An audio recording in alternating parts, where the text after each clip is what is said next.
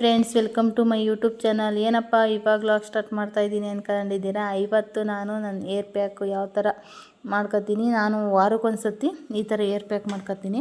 ಹಂಗಾಗಿ ಇವತ್ತು ನಾನು ನಿಮ್ಮ ಜೊತೆ ಶೇರ್ ಮಾಡ್ಕೊಳ್ಳೋಣ ಅಂತ ಅಂದ್ಕೊಂಡು ಸ್ವಲ್ಪ ಮೆಂತ್ಯ ಇತ್ತು ಅನ್ನೋ ಕಾರಣಕ್ಕೋಸ್ಕರ ನೆನೆ ಹಾಕಿ ಮೊಳಕೆ ಬಂದಿತ್ತು. ಆ ಮೆಂತ್ಯ ಕಾಳು, ಸ್ವಲ್ಪ ಆಲೂವೇರ, ಸ್ವಲ್ಪ ಮೊಸರು, ಆಮೇಲೆ ಸ್ವಲ್ಪ ಕರಿಬೇವು, ಅರ್ಧ ಹೋಳು ಲೆಮನ್ ತಗೊಂಡು, ಲೆಮನ್ ಎಲ್ಲರಿಗೂ ಅಡ್ಜಸ್ಟ್ ಆಗುತ್ತೆ ಅಂತ ಹೇಳಲ್ಲ, ಕೆಲವ್ರಿಗೆ ಅಡ್ಜಸ್ಟ್ ಆಗುತ್ತೆ, ಕೆಲವ್ರಿಗೆ ಅಡ್ಜಸ್ಟ್ ಆಗೋಲ್ಲ.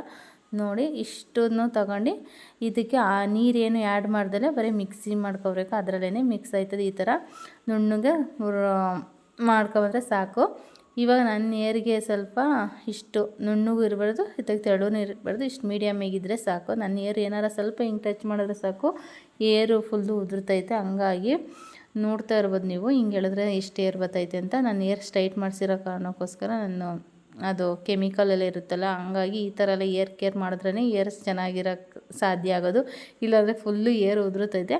ಆಮೇಲೆ ನನ್ನ ಏರ್ಗೆ ಏನಂತ ಅಂದರೆ ನಾನು ಆಯಿಲ್ ಹಾಕಿಲ್ಲ, ಹಂಗಾಗಿ ಅದ್ರ ಜೊತೆ ನಾನು ಆಯಿಲ್ ಯೂಸ್ ಮಾಡ್ತೀನಿ. ನೀವು ಮನೇಲಿ ಯಾವ್ದಾರು ಕೊಕೊನಟ್ ಆಯಿಲು ಆ ಥರ ಯಾವ್ದಾರು ಇತ್ತು ಅಂತ ಅಂದರೆ ನೀವು ಆ ಆಯಿಲ್ನ ಒಂದು 2 ಡ್ರಾಪ್ಸ್ ಅಷ್ಟು ನಿಮ್ಮ ಏರ್ ಲೆಂತ್ ಮೇಲೆ ನೋಡ್ಕೊಂಡು ಆಯಿಲ್ನ ಹಾಕೊಂಡು 1 ನಿಮಿಷ ಚೆನ್ನಾಗಿ ಮಿಕ್ಸ್ ಮಾಡಬೇಕು. ಏಕೆಂದರೆ ಅದು ಪೇಸ್ಟ್ಗೆ ಎಲ್ಲ ಚೆನ್ನಾಗಿ ನುಣ್ಣಗಾಗಬೇಕು. ಹಂಗಾಗಿ ನೋಡಿ, ಇವಾಗ ರಿಬ್ಬನಲ್ಲಿ ಹಿಂಗೆ ಬಿಚ್ಚಿದ್ರೆ ಸಾಕು, ರಿಬ್ಬನಲ್ಲಿ ಏರ್ ಬರ್ತೈತೆ, ಏರ್ ಉದುರ್ತೈತೆ. ಹಂಗಾಗಿ ನಾನೇನು ಮಾಡ್ತೀನಿ ಅಂತಂದರೆ ಇದನ್ನು ವಾರಕ್ಕೊಂದ್ಸಲಿನಾರ ನಾನು ಮಾಡ್ಕೊತೀನಿ. ಸ್ನಾನ ಮಾಡಬೇಕಾದ್ರೆ ಈ ಥರ 2 ಸೆಕ್ಷನ್ ಮಾಡ್ಕೊಂಡು ನಾನು ಫಸ್ಟು ಏರ್ಗೆ ಹಾಕಲ್ಲ, ಏರ್ ರೂಟ್ಗೆ ಹಾಕ್ತೀನಿ. ಏಕೆಂದರೆ ಏರು ಬರೋದೇ ಆಗಲಿ ರೂಟಿಂದನೇ ಅಲ್ವಾ, ಹಂಗಾಗಿ ನಾನು ಏರ್ ರೂಟ್ಗೆ ಹಾಕ್ತೀನಿ.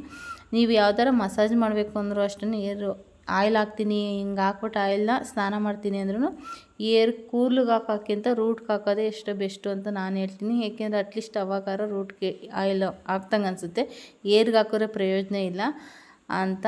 ನೋಡಿ ಇವಾಗ ಎಷ್ಟು ಉದುರ್ತೈತೆ ಅಂತ ನೀವೇ ನೋಡ್ತಾ ಇರ್ಬೋದು.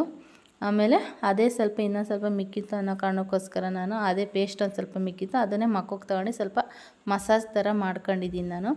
ನೀವು ನೋಡ್ಬೋದು. ಅಂದರೆ ಕೆಲವ್ರಿಗೆ ಆಗುತ್ತೆ, ಕೆಲವ್ರಿಗೆ ಆಗೋಲ್ಲ. ಆ ಥರ ಮಸಾಜು ಮಾಡ್ಕೊಳ್ಳೋದು ನನಗೇನು ಅದು ಏನು ನಾನು ಮಾಡ್ಕೊತಾ ಇರ್ತೀನಿ, ನನಗೇನೇನು ಆಗೋಲ್ಲ, ಉರಿ ಆ ಥರ ಎಲ್ಲ ಏನೂ ಬರೋಲ್ಲ.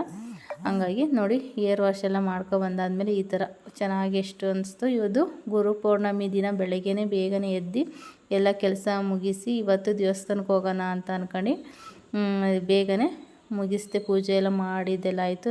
ಹಂಗಾಗಿ ರೆಡಿಯಾಗಿ ನಾನು ಹೊರಡೋಣ ಅಂತ. ನೋಡಿ ಪೂಜೆ ಈ ಥರ ಸಿಂಪಲಾಗಿ ಮಾಡ್ಕೊಂಡಿದ್ದೀನಿ. ಅಂದರೆ ಬೇಗ ಎದ್ದರೆ ಎಲ್ಲ ಕೆಲಸ ಮುಗ್ದು ಪೂಜೆ ಎಲ್ಲ ಮಾಡ್ತಾ ಏನೋ ಒಂಥರ ಮನಸ್ಸಿಗೆ ಒಂಥರ ಖುಷಿ ಅನಿಸುತ್ತೆ. ಇವತ್ತು ನಾನು ಯಾವ ದೇವಸ್ಥಾನಕ್ಕೆ ಹೋಗ್ತೀನಿ ಅಂತ ಅಂದರೆ ಅಮ್ಮನವ್ರ ದೇವಸ್ಥಾನಕ್ಕೆ ಹೋಗೋಣ ಅಂತ ಅಂದ್ಕೊಂಡು. ಹಂಗಾಗಿ ಇವಾಗ ಬಸ್ ಸ್ಟಾಪ್ಗೆ ನನ್ನ ಫ್ರೆಂಡ್ಸ್ಗಳು ಬರ್ತೀನಿ ಅಂತಂದ್ರೆ ಅಲ್ಲಿ ಬಸ್ ಸ್ಟಾಪಲ್ಲಿ ವೆಯ್ಟ್ ಮಾಡ್ತಾರೆ. ಹಂಗಾಗಿ ಇವಾಗ ನಾನು ದೇವಸ್ಥಾನ ಹತ್ರ ಬಂದು ಸಕ್ತಾನೆ ಪ್ರಸಾದ ಕೊಟ್ಟರು, ಪ್ರಸಾದ ಎಲ್ಲ ತಿನ್ಕೊಂಡು ನಾವು ಆಮೇಲೆ ಅಮ್ಮನವ್ರದ್ದು ನೀರು ಹಾಕಿಸ್ಕೊಳ್ಳೋಣ ಅಂದ್ಬಿಟ್ಟು ನಾನು ನೀರು ಹಾಕಿಸ್ಕೊಂಡೆ.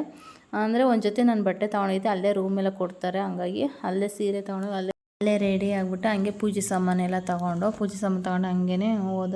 ಅಂದರೆ ಅಷ್ಟು ಇವಾಗ ಜನ ಎಲ್ಲ ಬರ್ತಾಯಿದ್ರು, ಬೇಗ ಹೋಗಿದ್ದೋ. ಹಂಗಾಗಿ ಇವತ್ತು ಈ ಸಲ ಹೋದ ಸಲ ಆದರೆ ತುಂಬ ಜನ ಇತ್ತು ಅಂದ್ಬಿಟ್ಟು ಈ ಸಲ ಏನು ಗುರು ಪೌರ್ಣಮಿ ಇತ್ತಲ್ಲ, ಎಲ್ಲರೂ ಸಾಯಿಬಾಬಾ ದೇವಸ್ಥಾನ ಅಲ್ಲಿ ಹೋಗಿರ್ತಾರೆ. ನಾನು ಈ ಸಲ ಇಲ್ಲಿ ಅಮ್ಮನವ್ರ ದೇವಸ್ಥಾನಕ್ಕೆ ಬಂದೆ. ನೋಡಿ ಆಲೇ ಎಲ್ಲರೂ ಪೂಜೆ ಎಲ್ಲ ಮಾಡಿದರು. ಆಮೇಲೆ ನಾವು ಸಾಲಾಗಿ ನಿಂತ್ಕೊಂಡು ನಾವು ಪೂಜೆ ಎಲ್ಲ ಮಾಡ್ಕೊಂಡು ಅಲ್ಲಿ ಹಂಗೆ ಪ್ರಸಾದ ಕೊಟ್ಟರು. ಪ್ರಸಾದ ಎಲ್ಲ ತಿನ್ಕೊಂಡು ಆಮೇಲೆ ನಾನು ಬಂದು ಆಮೇಲೆ ವೀಡಿಯೋ ಕಂಟಿನ್ಯೂ ಮಾಡೋಕ್ಕಾಗಿಲ್ಲ ಫ್ರೆಂಡ್ಸ್. ಓಕೆ, ಈ ವಿಡಿಯೋ ನಿಮ್ಗೆ ಯಾರಿಗಾರ ಇಷ್ಟ ಆಯಿತು ಅಂದರೆ ಒಂದು ಲೈಕ್ ಮಾಡಿ, ಶೇರ್ ಮಾಡಿ, ಹಂಗೆ ನನ್ನ ಚಾನಲ್ನ ಸಬ್ಸ್ಕ್ರೈಬ್ ಮಾಡ್ಕೊಳ್ಳಿ ಫ್ರೆಂಡ್ಸ್. ನೆಕ್ಸ್ಟ್ ವಿಡಿಯೋದಾಗ ಸಿಗ್ತೀನಿ. ಓಕೆ, ಬಾಯ್.